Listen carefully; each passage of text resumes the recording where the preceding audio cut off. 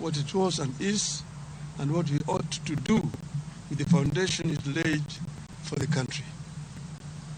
Before that day, some patriotic Kenyans had demanded the repeal of Section 2A of the Constitution.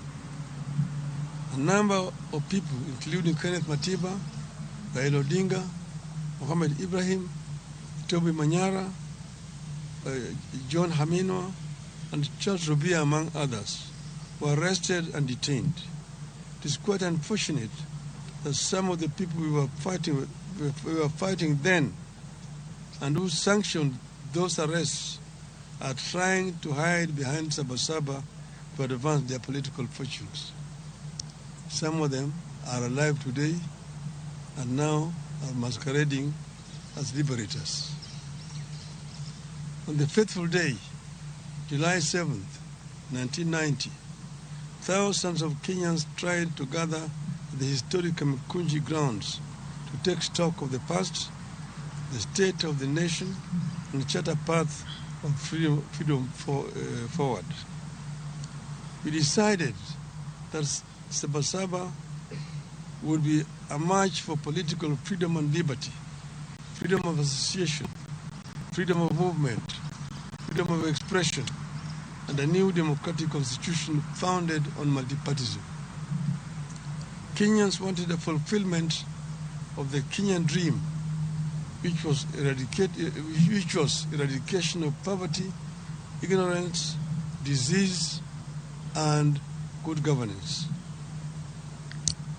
That clarity of mission is what made Saba Saba different from all other confrontations with the Moi Kanu one-party state. Saba Saba, therefore, was and still is about the sacred and historic grounds of Kamkunji. It was not and is not just another routine street protest in Nairobi or any other town. At Kamkunji is where they held the last KAU, Kenya Africa Union meeting in 1952. It is where Kanu's first rally was also held. It was also where the first Ford meeting was held after registration. Saba Saba had a singular purpose: to the repeal of Section 2A of the Constitution and allow multi-party democracy in Kenya. Saba Saba had clear and known national conveners: Kenneth Matiba, Charles Rubia, and yours truly, Raila Odinga.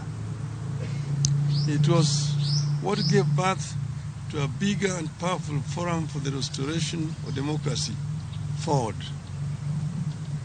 Ford had a known nationally inclusive leadership: Jaramogi Oginga Odinga, Philip Gachoka, Ahmed Bamariz, Salim Damwe, Asinde Muliro, George Ndenge, Kenneth Matida, Charles Rubia, among others.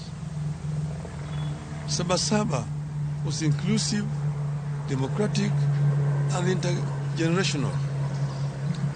The old, the young, people in and out of the government, professionals, academics, trade unionists, civil society, women groups, and religious groups.